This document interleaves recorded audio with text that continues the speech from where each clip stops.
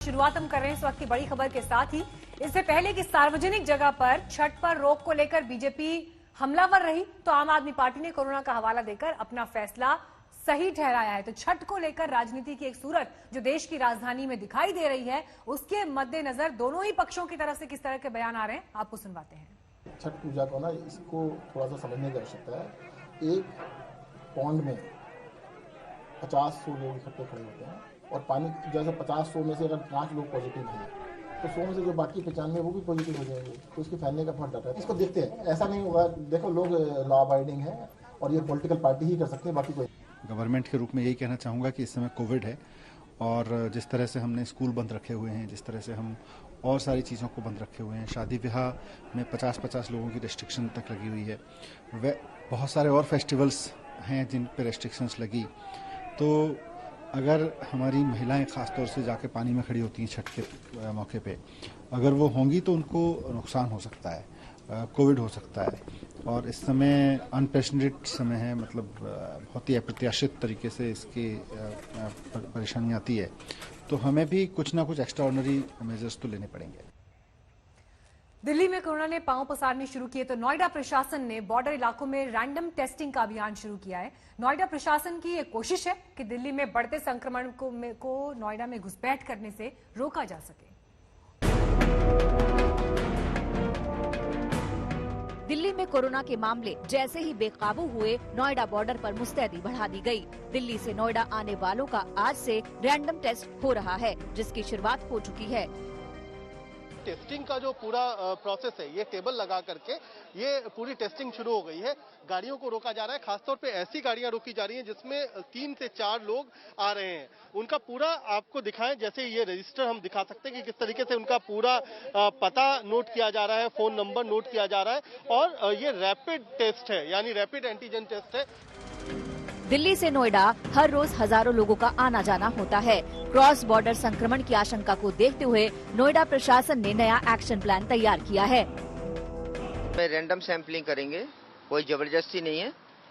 कुछ लोगों में से 1 या 2 की, जिससे कि ये डिटेक्ट करा जाए कि इन्फेक्शन के क्या पॉसिबिलिटी है, रोकने की, कैसे रोक सकते हैं हम उसे, जो नोएडा हमारा सेफ रहे। आप देख रहे हैं कि बहुत सारी गाड़ियां आ रही हैं, तो गाड़ियां इतनी सारी हैं, तो उसको कैसे आप एक सुनियोजित तरीके से आप उसको सैंपलिंग करेंगे? हम लोग रैंडम कराएंगे, रैंडम में फोर्स की थोड़ी सी मदद लेंगे और उससे हम सैंपलिंग करा के इस तरीके से सुनियोजित ढंग से काम करेंगे। कोई टारगेट एरिया भी आपने रखा है, टारगेट ग्रुप रखा है आपने? टारगेट हमारा एक तो डीएनडी है, चिल्ला बॉर्डर है, उसके बाद साथ में बॉटनिकल गार्डन है। जो जो जगह हैं वो सब हम रखेंगे। नोएडा से सटे सभी बॉर्डर पर रैंडम टेस्टिंग की जाएगी। डीएनडी और चिल्ला इलाके में टीम तैनात की जाएगी, जो आसपास के इलाकों में आने जाने वाले लोगों का रैंडम सैंपल लेगी। जिन इलाकों में 1 से ज्यादा कोरोना संक्रमित होंगे, उस इलाके को माइक्रो कंटेनमेंट जोन में तब्दील किया जाएगा। टारगेट सैंपलिंग का प्लान भी तैयार किया गया है, जिसके तहत डिलीवरी बॉय, दुकानदार और रिक्शा चालक जैसे लोगों के टेस्ट होंगे। नोएडा में मौजूद सभी संस्थानों को भी निर्देश दिए गए हैं कि लोगों पर नजर रखें, लक्षण वाले मरीजों की पहचान जल्द सुनिश्चित करें और इलाज की व्यवस्था करें। हमें जो माइक्रो कंटेनमेंट की जो स्ट्रेटजीज अपनानी होगी, जिसमें जहां संक्रमण ज्यादा है उन एरिया से, उन क्षेत्रों से यदि आवागमन हो रही है, उसको रैंडम सैंपलिंग के माध्यम से और एक माइक्रो कंटेनमेंट के माध्यम से एक काबू पाने का प्रयास किया जाएगा। किस तरीके से आप लोग सैंपलिंग कर रही हैं? यहाँ पे सर है ना, कोविड की रैपिड एंटीजन कार्ड टेस्ट हो रही है। नेजल से सैंपल लिया जाता है, इसका रिजल्ट इसका 15 मिनट में आ जाता है। जो जिस पर्सन का टेस्ट करेंगे उसको तुरंत की तुरंत बता दिया जाएगा। तो उनको तब तक यहाँ पर इंतजार करना? हाँ, 15 मिनट्स बस, ओनली 15 मिनट्स। एहतियात के तौर पर उठाए गए ये कदम जरूरी इसीलिए भी है क्योंकि त्योहार के दिनों में लोगों की आवाजाही और बढ़ी है। इस समय नोएडा में 1200 से ज्यादा एक्टिव केस हैं। नोएडा से भूपेंद्र चौधरी के साथ ब्यूरो रिपोर्ट, आज तक। दिल्ली नोएडा सीमा पर दिन भर हलचल रही, मेडिकल टीम तैनात थी, पुलिस भी मोर्चे पर। जायजा लिया हमारे संवाददाता कुमार कुणाल ने। दिल्ली में बढ़ रहे हैं कोरोना के मामले और असर दिख रहा है पास लगे नोएडा पर। जी हाँ, इस वक्त हम खड़े हैं ठीक दिल्ली नोएडा बॉर्डर पर, जहां गाड़ियों की आवाजाही के बीच में कोशिश ये की जा रही है कि रैंडम तरीके से लोगों को रोका जाए और उनके सैंपल्स लिए जाए ताकि उनका कोरोना टेस्ट किया जा सके। तमाम जो प्रशासन के उपक्रम हैं वो लगाए गए हैं यहाँ पर ताकि इस तरीके की जो रैंडम सैंपलिंग है, जो जिला प्रशासन ने फैसला लिया है, वो फैसला यहाँ पर अमल में लाया जा सके। टेस्टिंग किस तरीके से की जा रही है, गाड़ियां आ रही हैं, गाड़ियों को रोका जा रहा है, खास तौर पर उन गाड़ियों को जिसमें 2 से ज्यादा लोग एक साथ चल रहे हैं, उन लोगों को यहाँ पर लाया जाता है जहाँ पर बैठी है टीम, जो मेडिकल टीम है, वो टीम यहाँ पर तमाम प्रोटोकॉल का पालन करते हुए सारी चीजें, सारी जानकारी वो लेती है और उसके बाद यहाँ पर सैंपल लिया जाता है। किस तरीके से आप लोग सैंपलिंग कर रही हैं? यहाँ पे सर है ना, कोविड की रैपिड एंटीजन कार्ड टेस्ट हो रही है, नेजल से सैंपल लिया जाता है। इसका रिजल्ट इसका 15 मिनट में आ जाता है। जो जिस पर्सन का टेस्ट करेंगे उसको तुरंत की तुरंत बता दिया जाएगा। तो उनको तब तक यहाँ पर इंतजार करना? हाँ, 15 मिनट्स बस, ओनली 15 मिनट्स। और यहाँ पर आपको बताएं कि चूंकि दिल्ली से गाड़ियां आ रही हैं, नोएडा की तरफ जा रही हैं, तो दिल्ली के लोग अगर पॉजिटिव पाए जाते हैं और नोएडा के पॉजिटिव पाए जाते हैं तो उनको दोनों के लिए अलग अलग प्रक्रिया है। अगर दिल्ली के लोग पॉजिटिव पाए जाते हैं उनके लिए क्या है? सर, हम दिल्ली वापस भेजते हैं, वो दिल्ली में ही उनकी सरकार उनको करती है, वहाँ पे रेफर कर देते हैं। बाकी जो नोएडा के हैं वो हमारे यहाँ हॉस्पिटल में हॉस्पिटलाइज होते हैं। दिल्ली में कोरोना विस्फोट को देखते हुए केंद्रीय गृह मंत्री अमित शाह पूरी तरह मोर्चे पर हैं। गृह मंत्रालय ने दिल्ली में 250 और आईसीयू बेड्स के इंतजाम की तैयारी की है। ये पहले से मौजूद 250 बेड्स के अलावा हैं। मल्टी डिसिप्लिनरी 10 टीम का गठन किया गया है। ये टीम 100 निजी अस्पतालों का दौरा करेंगी। अस्पतालों में बिस्तर के इस्तेमाल, टेस्टिंग की सुविधाएं और दूसरी चीजों पर नजर रहेगी। 250 वेंटिलेटर बेंगलोर से नवंबर के अंत तक दिल्ली आ जाएंगे। नवंबर अंत तक रोजाना 60,000 टेस्ट का भी इंतजाम किया जा रहा है।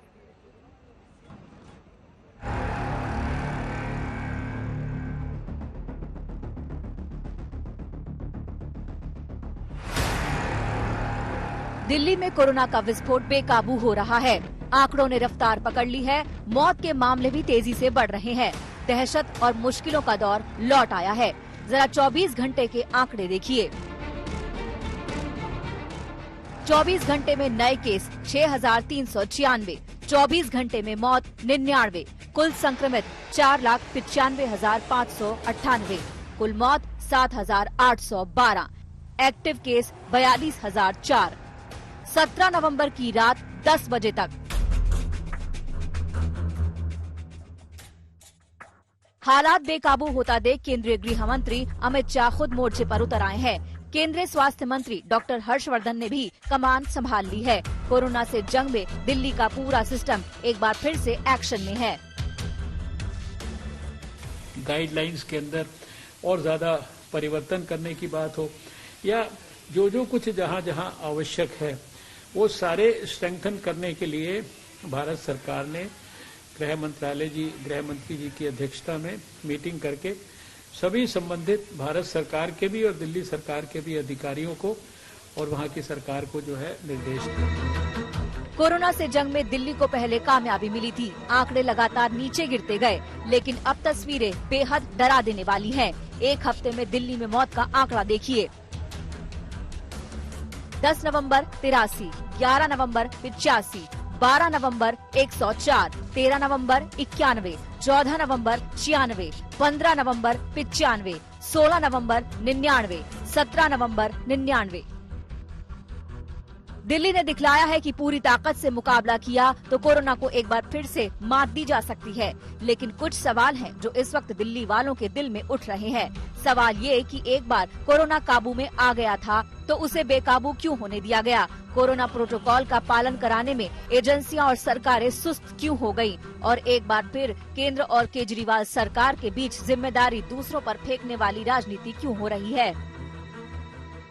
केंद्र सरकार का मैं खास तौर से शुक्रिया अदा करता हूं कि इस कठिन परिस्थिति में केंद्र सरकार ने दिल्ली वालों की मदद की है। और सबसे बड़ी मदद है कि जो उन्होंने 750 आईसीयू बेड्स और जल्द से जल्द बढ़ाने का उन्होंने आश्वासन दिया है, इससे सबसे ज्यादा हमें लाभ होगा। तभी अरविंद केजरीवाल जी को याद आती है गृह मंत्री जी की, जब पानी सर से ऊपर जा चुका होता है। मई में भी याद आई थी जब हालत ऐसी हो गई थी कि लोगों के पास हॉस्पिटल में बेड अवेलेबल नहीं थे, लोगों के पास कोई तरीका नहीं था कि कहां पर अपना इलाज कराएं, तब भी उनको गृह मंत्री जी की याद आई जब DRDO ने सबसे बड़ा कोविड सेंटर बनाया।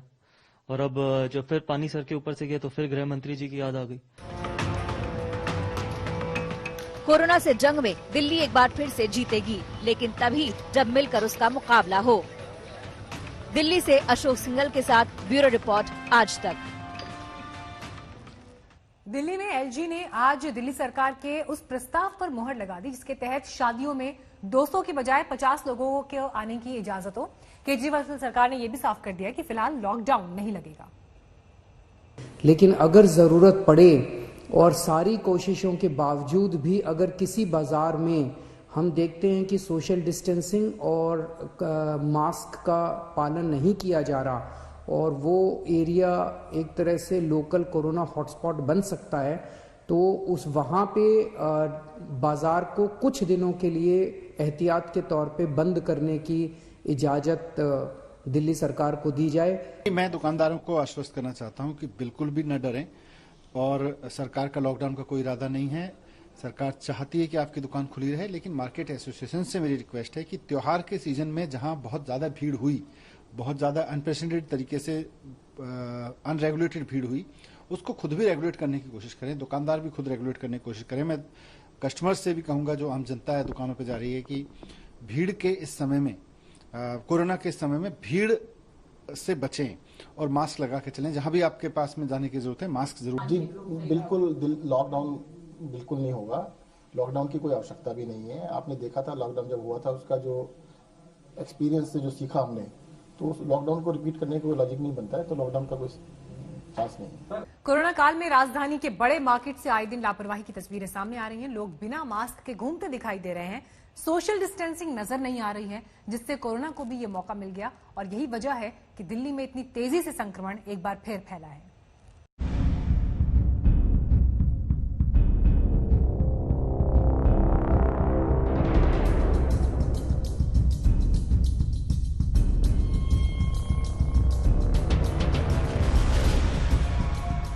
लापरवाही की इंतहा कर दी दिल्ली वालों ने। हालात बिगड़ रहे हैं, मगर दिल्ली वाले हैं कि मानने को तैयार नहीं है। दिल्ली में कई बड़े बाजार हैं, मगर ये बाजार जितने बड़े हैं, इससे कहीं ज्यादा बड़ी है यहाँ की लापरवाही। आपको दिल्ली के व्यस्ततम बाजारों में से एक करोल बाग की तस्वीर दिखाते हैं। करोल बाग का इलाका मध्य दिल्ली में सबसे बड़े बाजारों में से एक है। त्योहारी सीजन लगभग खत्म हुआ है, बावजूद उसके बाजारों में जो भीड़ है वो कम नहीं है। और इसीलिए जो मुख्यमंत्री ने कहा कि अगर सोशल डिस्टेंसिंग नियमों को तोड़ा जाता है, लोग मास्क पहनने में आनाकानी बरतते हैं, तो ऐसे में इस तत्काल इस संक्रमण के खतरे को रोकने के लिए जरूरत पड़ सकती है कि बाजारों को टेम्पररी बंद किया जाए, यानी पार्शियल लॉकडाउन बाजारों में फिर से लग सकता है। प्रपोजल केंद्र सरकार को भेजा जाएगा। मास्क कहाँ है? बात कर रहा था ना, कोरोना से डर नहीं लगता? कोरोना मान जाएगा क्या? बात कर रहे हैं। हाँ भैया, मास्क कहाँ है? मास्क कहाँ है? मास्क है कहाँ? यहाँ रहता है, सांस कहाँ से लेते हो? थोड़ा बात करने में लग गया। बात करने में मास्क उतार दोगे सर। इसी करोल बाग से दूसरी ग्राउंड रिपोर्ट देखिए, आपको यकीन होगा कि लापरवाही कितनी चरम पर है। अरविंद केजरीवाल कह रहे हैं कि मार्केट दुकान बंद होंगे, क्या आपको लगता है बंद होना चाहिए? बंद होने से तो नुकसान होगा लोगों को, बंद नहीं होना चाहिए। बंद नहीं होना चाहिए। वैसे तो उपाय क्या है आपकी समझ से आपने मार्केट में? अब ये तो है ना, लोगों को ही सोचना चाहिए ना कि क्या करना चाहिए या नहीं करना चाहिए। ये अब कितना लोग करेंगे उनके साथ इतना। दुकानदार भी हम उनसे बात करते हैं, क्या फिर से दुकानें बंद होनी चाहिए? सर नहीं, दुकान बंद नहीं होनी चाहिए, नहीं होनी चाहिए। नहीं, लेकिन यहाँ तो काफी भीड़ भाड़ है, लोग सोशल डिस्टेंसिंग का पालन करते हैं, मास्क तो आपने भी नहीं लगाया। नहीं सर, मास्क लगा रखा, मैं अभी बात कर रहा था आपसे, अदरवाइज ठीक है। इतनी भी भीड़ भाड़ इतनी नहीं है, ऐसे दिख रहा, लग रहा है ऐसे। अच्छा, आप यहाँ पर आइए, आप ड्यूटी पे यहाँ पे तैनात रहती है ना, क्या देख पा रही है? तो भीड़ लग रही है, लोग सुनते नहीं है क्या? बिल्कुल नहीं सुनते, किसी को ये इस चीज का डर है ही नहीं। सबके मन से डर निकल गया है कि होना है, जो होना है वो तो वक्त के साथ है, किस्मत के साथ है। दिल्ली के बड़े बाजारों में शुमार है चांदनी चौक। त्योहार के बाद से बाजार ऐसा गुलजार हुआ है कि कोरोना के खतरे का खौफ मानो खत्म ही हो गया हो। दिल्ली में कोरोना संक्रमण इन दिनों तेजी से फैल रहा है। लोग उतनी ही तेजी से लापरवाही भी दिल्ली में कर रहे हैं। मैं इस वक्त चांदनी चौक की उस मार्केट में मौजूद हूं जहां आपको दिखाना चाहेंगे कि लोग सोशल डिस्टेंसिंग का किसी भी तरीके से पालन नहीं कर रहे हैं।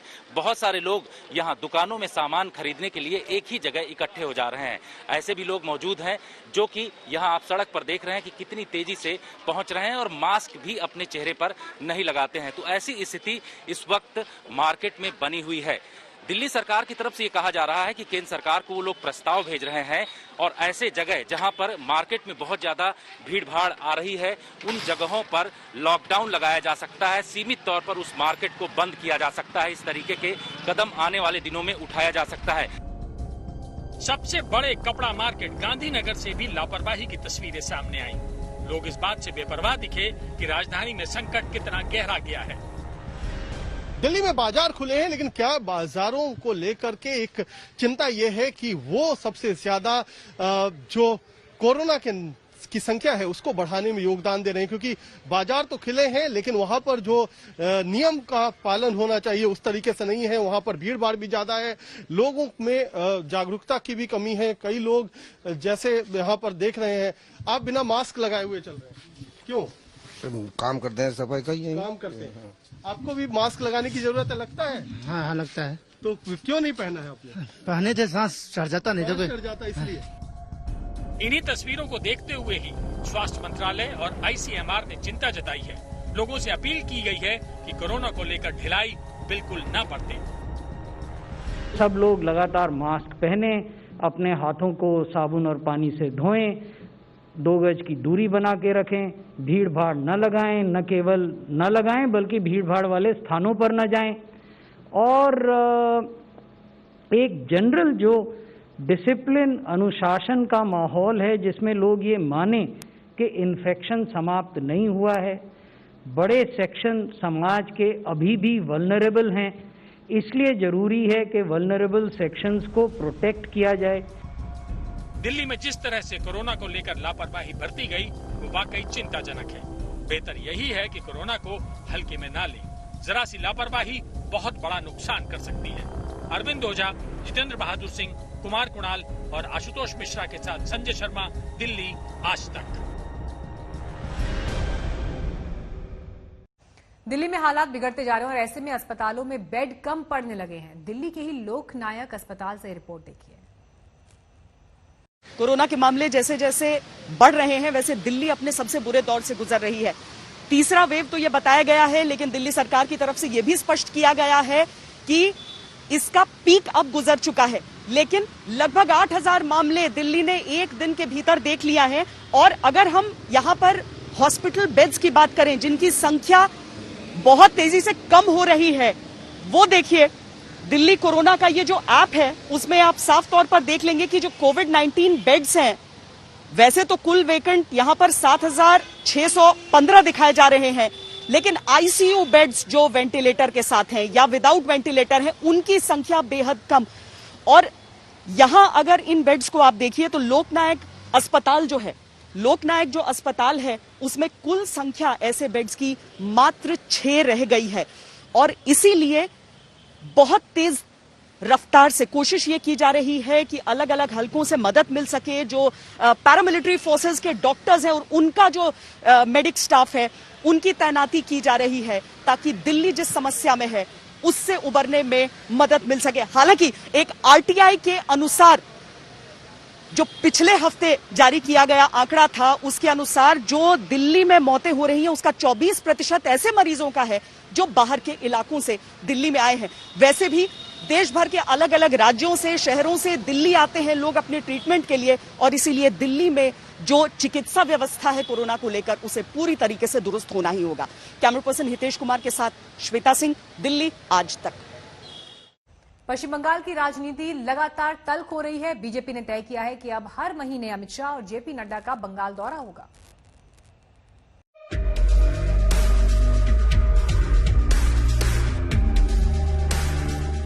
जरूरत पड़ेगी तो चेहरा भी आ जाएगा, व्यक्ति भी आ जाएगा और विजय सुनिश्चित है। 2/3 बहुमत के साथ भारतीय जनता पार्टी यहां सरकार बनाने जा रही है। ममता दीदी इसको रोक नहीं सकती। बंगाल की इस लड़ाई ने और रफ्तार पकड़ ली है। बीजेपी का बंगाल प्लान तैयार है। अमित शाह और जेपी नड्डा बंगाल कूच के बड़े किरदार होंगे। हर महीने बीजेपी के इन दोनों महारथियों का बंगाल दौरा होगा। अमित शाह जी और नड्डा जी का आने का कोलकाता में फिर बंगाल में फिर से अभी कोई तिथि निश्चित नहीं हुआ है, लेकिन हर महीना आएंगे, जरूरत पड़ने से ज्यादा भी आएंगे। जबकि महीना का प्रवास हो चुकी है, अगले महीना का तिथि वो लोग बताएंगे। बिहार मुट्ठी में आने के बाद बीजेपी की पूरी नजर अब बंगाल पर टिक गई है। पहली बार बंगाल में जीत हासिल करने के इरादे से बीजेपी जी जान से जुट गई है। सबूत है जेपी नड्डा और अमित शाह जैसे बड़े नेताओं के हर महीने बंगाल दौरे की तैयारी। बंगाल को गुजरात में बदल देने के बीजेपी के दावे पर टीएमसी की तरफ से भी जवाब दिया जा रहा है। বাংলার কোনো পরিবর্তন হয়নি। এখানকার ছেলেদেরকে চাকরির জন্য গুজরাটে যেতে হচ্ছে, মহারাষ্ট্র, রাজস্থান, মধ্যপ্রদেশ, দিল্লি, হরিয়ানা, কর্ণাটকে যেতে হচ্ছে। পরিযায়ী শ্রমিক হয়ে গেছে। যে বাংলা একদিন সারা দেশকে আইএএস আইপিএস দিত, ইঞ্জিনিয়ার, ডাক্তার দিত। গুজরাটে গেলে কি ব্রহ্ম বা বিষ্ণু মহেশ্বরকে দেখা যাবে? গুজরাটে গেলে তো সেটা দেখা যাবে, ট্রেনে আগুন ধরানো, কিছু লোককে পুড়িয়ে মারা, তা দেখা যাবে গুজরাটে। প্রথম সূত্রপাত হয়েছিল, গুজরাটকে লোকে চিনল কি করে, ভারতবর্ষের মানচিত্রে এলো কি করে। बंगाल के दोनों दावेदारों ने कमर कस ली है। अमित शाह के पिछले दौरे से ही ये संकेत मिल गया था कि लड़ाई तेज होने वाली है। मुझे लगता है पॉलिटिकल पार्टियों से बंगाल की जनता को चुनाव की जल्दी है और परिवर्तन करने की जल्दी है। जिस तरह की भीड़ मैं देख रहा हूं रोड पर, जहां जाते हैं वहां पर, वो एक प्रकार का गुस्सा दिखाती है अभी के शासन के खिलाफ। एक और तो ममता जी के शासन के प्रति आक्रोश है, गुस्सा है, और दूसरी आंख में मोदी जी स्थिति को सुधार सकते हैं, इसकी भरोसा और आशा भी दिखाई पड़ती है। बंगाल में जीतना बीजेपी के लिए एक बड़ी मंजिल है। अब तक बंगाल से उसकी सत्ता दूर ही रही है। लोकसभा चुनाव के नतीजों ने बीजेपी के इरादे मजबूत किए हैं। अब देखना ये है कि ये लड़ाई किस तरह और किस दिशा में आगे बढ़ती है।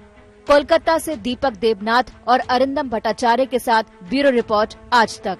कोरोना की प्रचंड वैश्विक महामारी का इलाज कब तक मिलेगा, कब तक आ जाएगी कोरोना की वैक्सीन? तो आपके लिए अच्छी खबर ये है कि बहुत जल्द कोरोना की वैक्सीन आने वाली है। दुनिया की कई कंपनीज ने कोरोना वैक्सीन का सफलतापूर्वक ट्रायल पूरा कर लिया है।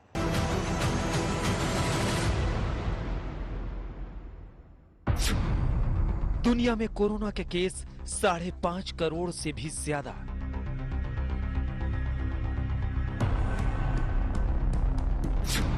दुनिया में कोरोना से अब तक 13,34,297 लोगों की मौत। भारत में कोरोना के मामले 88,74,000 से ज्यादा। भारत में कोरोना से मौत के मामले 1,30,559। इन आंकड़ों से आगे कोरोना का वायरस आज गली गली बेखौफ घूम रहा है। इसलिए सवाल है कि इसका इलाज कब तक मिलेगा, कब तक मिलेगी वैक्सीन, जिसका इंतजार पूरी दुनिया को है। इस मामले में अमेरिकी फार्मास्यूटिकल कंपनी मॉडर्ना उम्मीद की एक रोशनी लेकर आया है। It's a really important milestone in the fight against the pandemic because it demonstrates that our vaccine, mRNA-1273, is able to prevent COVID-19 disease, including severe disease in people who've received it. It's really just a milestone, though. We have a lot of work ahead of us.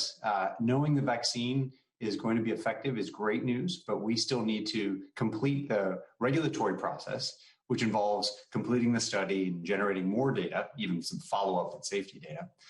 And then, of course, we need to get busy manufacturing. Corona के इस बुरे और डरावने समय में भी उम्मीद के कुछ चिराग भी झिलमिला रहे हैं। अमेरिका की मॉडर्ना कंपनी का कहना है कि उसकी वैक्सीन mRNA-1273 जल्द ही आ जाएगी। टेस्ट में इसकी वैक्सीन 94.5% तक प्रभावशाली साबित हुई है। मॉडर्ना को उम्मीद है कि इस साल के आखिर तक वैक्सीन के 2 करोड़ डोज ला देगी। हालांकि कंपनी को उम्मीद है कि अगले साल तक 100 करोड़ डोज वो तैयार कर लेगी, लेकिन लोगों तक इस दवा को पहुंचाने के लिए मॉडर्ना कंपनी को कई औपचारिकताओं से गुजरना होगा। कंपनी बहुत जल्द ही सरकार से इसके इस्तेमाल की इजाजत मांगेगी। We hope to have about 20 million doses of the vaccine by the end of this year, by the end of the calendar year. And we're looking forward to making about 500 million to 1 billion doses next year. But that is going to be a 24/7 operation. आज दुनिया की नजर जिस vaccine पर टिकी है, उसका trial America में कई चरणों से गुजर चुका है। ये ट्रायल अमेरिका में 30,000 लोगों पर हुआ। इनमें आधे लोगों को 4 हफ्ते के अंतर पर वैक्सीन की 2 डोज दी गई, बाकी लोगों को डमी इंजेक्शन दिए गए। जिन लोगों को वैक्सीन दी गई, उनमें से सिर्फ 5 को ही संक्रमण हुआ। बाकी जिन 90 लोगों को संक्रमण हुआ, उन्हें डमी इंजेक्शन दिए गए थे। लेकिन सवाल है कि हिंदुस्तान के लोगों तक ऐसी दवाएं और वैक्सीन कब तक पहुंच पाएंगी। आपने भी मेरे को इंटरव्यू देते हुए कहा था कि अगले साल के शुरू तक वैक्सीन आ जाएगा, आज भी इस बात पे कायम है? निश्चित रूप से अगले साल के अंदर वैक्सीन आएगा और अगले साल के शुरुआती महीनों में ही आएगा। एक तरफ मॉडर्ना कंपनी है तो दूसरी तरफ अमेरिका में ही उसकी प्रतियोगी फाइजर कंपनी है। पिछले हफ्ते ही फाइजर इंक ने भी प्रभावशाली वैक्सीन लाने का दम भरा था। उसका दावा है कि उसकी वैक्सीन 90% तक सुरक्षा देती है। फाइजर इंक और उसके जर्मन पार्टनर बायोनटेक को उम्मीद है कि वो साल के अंत तक 5 करोड़ डोज ला देगा। वहीं रूस का स्पुतनिक वी वैक्सीन 92% तक सुरक्षा का भरोसा देती है। वैसे जानकारों का कहना है कि दुनिया में वैक्सीन के लिए ऐसे कई प्रयास चल रहे हैं। सीरम का फेज 3 प्रॉपर से जो फॉर्म होगा वो जनवरी में खत्म होगा।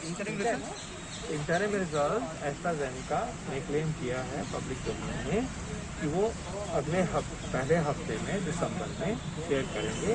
तो जो इंटरिम रिजल्ट आएगा उसके बेस के ऊपर से डिस्कशन हो सकती है। कुछ ऐसे अगर वहाँ लेते हैं, ग्लोबली लेते हैं, then maybe we may also have to consider. दुनिया के कई देशों में कोविड के वैक्सीन पर ट्रायल चल रहा है। अभी मुख्य 5 वैक्सीन हैं जिस पर दुनिया भर में ट्रायल चल रहा है। भारत में 2 ऐसे लीडिंग वैक्सीन हैं जिस पर अभी ट्रायल चल रहा है। ये तो वो बहुत सारे उपाय हैं कोविड को कुचलने के, जिनमें से वैक्सीन भी एक है। विशेषज्ञों का कहना है कि जब तक वैक्सीन नहीं आती तब तक हाथ धोना, सामाजिक दूरी और सैनिटाइजेशन, उसके उपाय जरूर रखें, मास्क जरूर लगाएं। चाहे मॉडर्ना हो या फाइजर या कोई और कंपनी, सबके वैक्सीन के स्टोरेज के तरीके थोड़े थोड़े अलग हैं। मॉडर्ना की वैक्सीन का भंडारण आसान है क्योंकि ये -20 डिग्री सेल्सियस नीचे तापमान पर स्थिर रह सकती है। इसे फ्रीज में महीने भर और डीप फ्रीजर में 5 दिन तक रखा जा सकता है। वहीं फाइजर की वैक्सीन को -75 डिग्री सेल्सियस पर रखना पड़ेगा, जिसे फ्रीज में 5 दिनों तक रखा जा सकता है। दुनिया के तमाम देश कोरोना की वैक्सीन लाने का दम भर रहे हैं, तो सवाल है कि क्या इसके पीछे साइड इफेक्ट भी हो सकते हैं। कुछ मरीजों को ट्रायल की इंजेक्शन के बाद थकान, सिरदर्द और शरीर दर्द की शिकायतें मिली। वैसे अभी तो आप अपना ख्याल रखिए, वैक्सीन के आने तक सतर्क रहिए। अशोक सिंघल के साथ संजय शर्मा, दिल्ली आज तक। कोरोना के खिलाफ जंग में भारत में भी वैक्सीन बनाने की तैयारी जोर शोर से चल रही है। इस कड़ी में विदेशी कंपनीज के साथ भी कई कंपनीज की साझेदारी है। रूस से एक कंपनी की साझेदारी में ट्रायल शुरू हो रहा है। ये कामयाब रहा तो 10 करोड़ वैक्सीन डोज भारत आएगी। वहीं भारत बायोटेक की वैक्सीन भी आने के आसार है। इस बीच स्वास्थ्य मंत्री हर्षवर्धन का दावा भी है कि अगले साल की शुरुआत में वैक्सीन आ सकता है।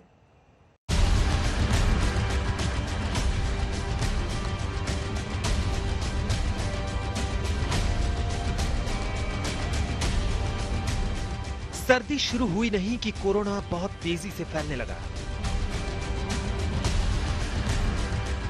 ऐसे में बचाव के तमाम उपायों के बीच बड़ा सवाल ये है कि कोरोना की वैक्सीन कब आएगी और क्या उसमें हिंदुस्तान की कोई भूमिका है। वैक्सीन के 3 फॉर्मुलेशन ट्राई किए जाएंगे। सार्स कोविड जो वैक्सीन है उसके 3 सब यूनिट्स ट्राई किए जाएंगे और पहले फेज में हम ये देखते हैं कि सेफ है और डोज रेंज देखते हैं। तो ये फेज 1 ट्रायल पहले होगा, उसके बाद phase 2 to see how immunogenic it is, that is followed subsequently by phase 3 जिसमें लार्जर पॉपुलेशन के साथ किया जाता है टू सी कि उसकी एफिकेसी और थेरेपेटिक बेनिफिट कितना दे रही है।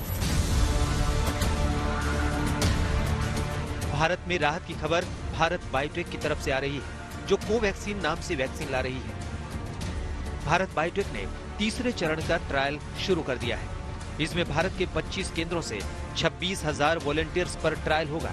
ये trial Indian council of medical research यानी ICMR की साझेदारी में हो रहा है। इन वॉलंटियर्स को अगले साल तक निगरानी में रखा जाएगा। भारत में ये कोविड-19 वैक्सीन के लिए सबसे बड़ा क्लिनिकल ट्रायल है। भारत बायोटेक का जो वैक्सीन है वो अभी तीसरे दौर में उन्होंने करीब 26,000 लोगों का जो क्लिनिकल ट्रायल किया है वो नवंबर में उनका पूरा हो रहा है और उसके बाद वो ICMR को पूरी जांच के लिए भेजा जाएगा और हो सकता है दिसंबर एंड या जनवरी के पहले या दूसरे हफ्ते तक उनको ये उनका स्टडी जो है अगर उसमें पूरी बातें सही हो सकती है तो ही उनको ये बाजार में लाने की अनुमति मिल सकती है। खुद प्रधानमंत्री नरेंद्र मोदी भी कई बार अपने देश के बायोवैज्ञानिकों की सराहना कर चुके हैं और मनोबल भी बढ़ा चुके हैं। हमारे देश के वैज्ञानिक भी वैक्सीन के लिए जी जान से जुटे हैं। भारत में अभी कोरोना की कई वैक्सीन पर काम चल रहा है। इनमें कुछ एडवांस स्टेज पर हैं, आशास्पद स्थिति दिखती है। वैसे हिंदुस्तान में कोरोना से निपटने के लिए वैक्सीन के दूसरे पहलुओं को भी टटोला जा रहा है। रूस की स्पुतनिक वी वैक्सीन के ह्यूमन ट्रायल के लिए भारतीय कंपनी जुड़ चुकी है। डॉक्टर रेड्डी लैब को इसके लिए drugs controller general of India की इजाजत मिल चुकी है। इसी लैब के लिए कानपुर का गणेश शंकर विद्यार्थी मेडिकल कॉलेज वैक्सीन का दूसरे और तीसरे दौर का ह्यूमन ट्रायल करेगा। इस ट्रायल के लिए 180 से ज्यादा वॉलंटियर्स की सूची तैयार कर ली गई है। इन सभी को 7 महीने तक निगरानी में रखा जाएगा। दोनों कंपनियों के बीच जो करार हुआ है उसके मुताबिक डॉक्टर रेड्डीज लैब को वैक्सीन की 10 करोड़ डोज मिलेगी। रेड्डी लैब ने सिलेक्ट किया है और इसके परीक्षण की हमारे लोकल एक कमेटी बनी है, 6 सदस्यीय टीम बनी है। उसके द्वारा मेडिकल एक होता है एथिकल कमेटी, उसे अप्रूवल मिल गया है।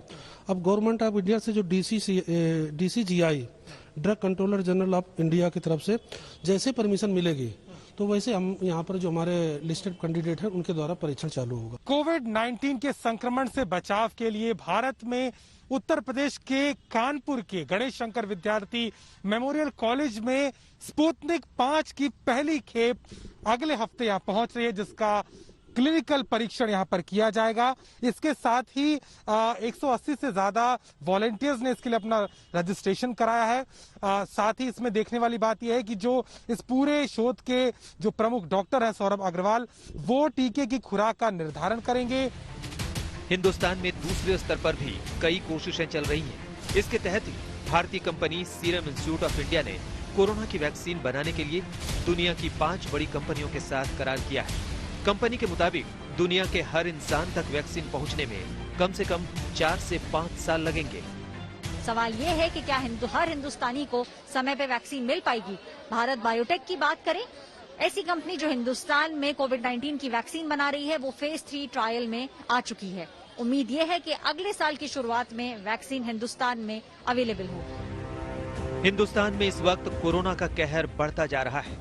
बचाव के लिए सामाजिक दूरी और मास्क की बुनियादी चीजों से आगे वैक्सीन की दरकार है और उस दरकार पर सबकी नजरें गड़ी है। दिल्ली में ऐश्वर्या पालीवाल के साथ अभिषेक मिश्रा, कानपुर, आज तक। वैक्सीन जल्द आने वाला है, लेकिन उससे पहले दुनिया के तमाम अमीर देशों ने वैक्सीन की जमाखोरी शुरू कर दी है। अमेरिका और ब्रिटेन जैसे देशों ने प्रति व्यक्ति 5-5 डोज तक वैक्सीन की प्री बुकिंग करा रखी है, जबकि तमाम गरीब देशों को कोई पूछने वाला नहीं है। इस बात को लेकर WHO भी नाराज है कि कहीं ये वैक्सीन राष्ट्रवाद कोरोना का कहर बढ़ा न दे।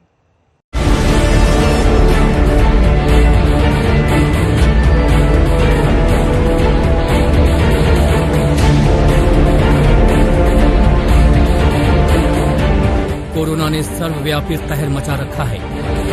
क्या अमेरिका, क्या रूस, क्या ब्राजील, क्या यूरोप के देश, क्या अफ्रीका के देश, क्या हिंदुस्तान, हर देश में कोरोना का डंक लोगों के दिलो दिमाग पर चुभ रहा है।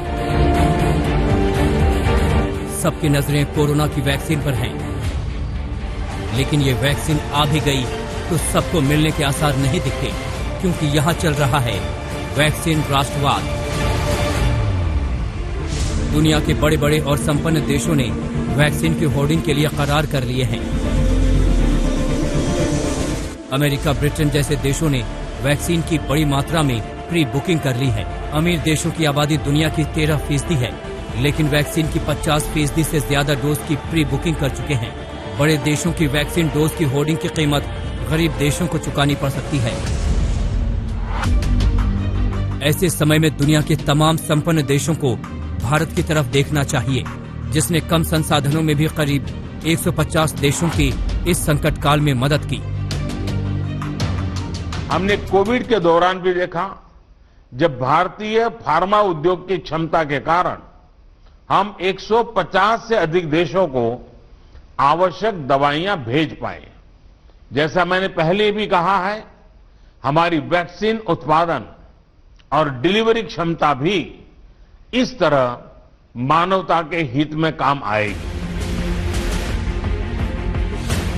वैक्सीन राष्ट्रवाद, ये शब्द उन देशों की करनी से उपजा है जिन्होंने कंपनियों से वैक्सीन आने से पहले ही करार कर लिया है कि वो सारे डोज पहले उनको मिलेंगे। बिजनेस टुडे की एक रिपोर्ट के मुताबिक अमेरिका ने 2400 मिलियन डोज की प्री बुकिंग कर रखी है।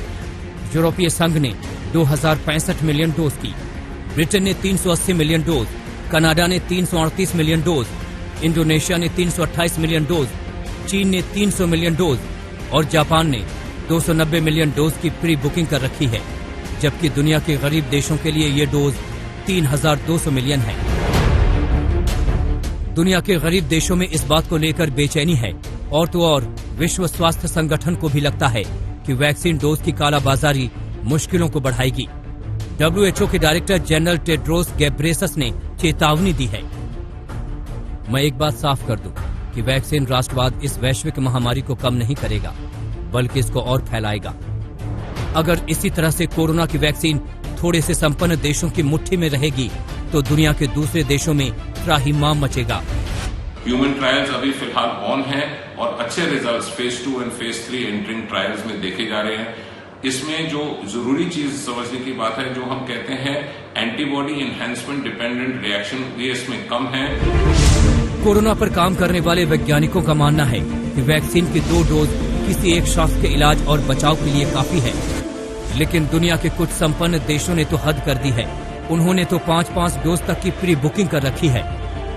ब्रिटेन ने प्रति व्यक्ति 5 से ज्यादा डोज की प्री बुकिंग कर रखी है। वहीं अमेरिका ने 4.88 और यूरोपीय संघ के देशों ने 3.33। दुनिया की जो बड़ी बड़ी फार्मास्यूटिकल कंपनियां कोरोना की वैक्सीन बना रही हैं, उन्होंने करीब करीब दाम भी तय कर रखे हैं। मॉडर्ना की वैक्सीन की प्रति डोज की कीमत 2800 रुपए है, वहीं फाइजर की 3000 रुपए, ऑक्सफोर्ड की 225 रुपए और सीरम इंस्टीट्यूट का करीब 240 रुपए है। और भारत बायोटेक दाम तो नहीं बता रहा, लेकिन उसका कहना है कि दाम अभी तय नहीं हुआ है, क्योंकि अभी कोरोना की वैक्सीन आने की कोई पक्की तारीख तय नहीं हुई है। लेकिन उसकी होर्डिंग की बड़े देशों की तैयारी एक खतरनाक लक्षण है। फिर इस दुनिया के ग्लोबल विलेज में बदलने का मतलब क्या रह जाएगा, जब थोड़े से लोगों की जिंदगी के लिए ज्यादातर गरीब और बेबस लोगों की जिंदगी का कोई मोल नहीं रहेगा। आज तक ब्यूरो। कोरोना की वैक्सीन जल्द आने के आसार है, लेकिन उससे कहीं ज्यादा तेजी से ये वायरस फैल रहा है। देश की राजधानी दिल्ली में कोरोना इस कदर फैल गया है कि सिस्टम के हाथ पांव फूलने लगे हैं। अब वैक्सीन जब आएगी तब आएगी, लेकिन उससे पहले ये सुगबुगाहट तेज हो गई है कि क्या दिल्ली में लॉकडाउन फिर से आ सकता है।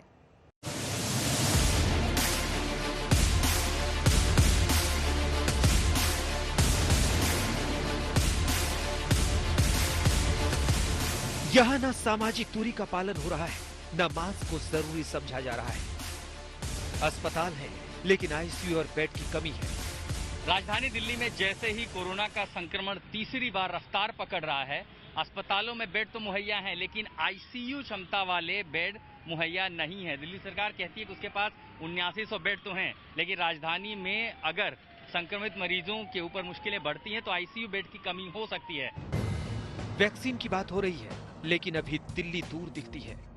डेट देना बहुत मुश्किल है, लेकिन वैक्सीन के रिसर्च के मामले में भारत के वैज्ञानिक जो है दुनिया के वैज्ञानिकों की तरह बहुत अच्छी तरह से काम कर रहे हैं।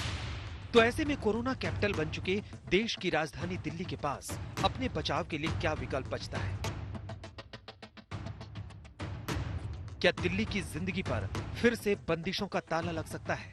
क्या फिर से लॉकडाउन के आसार नजर आते हैं? वो एरिया एक तरह से लोकल कोरोना हॉटस्पॉट बन सकता है, तो उस वहाँ पे बाजार को कुछ दिनों के लिए एहतियात के तौर पे बंद करने की इजाज़त दिल्ली सरकार को दी जाए, ऐसा प्रस्ताव अभी केंद्र सरकार को भेजा जा रहा है।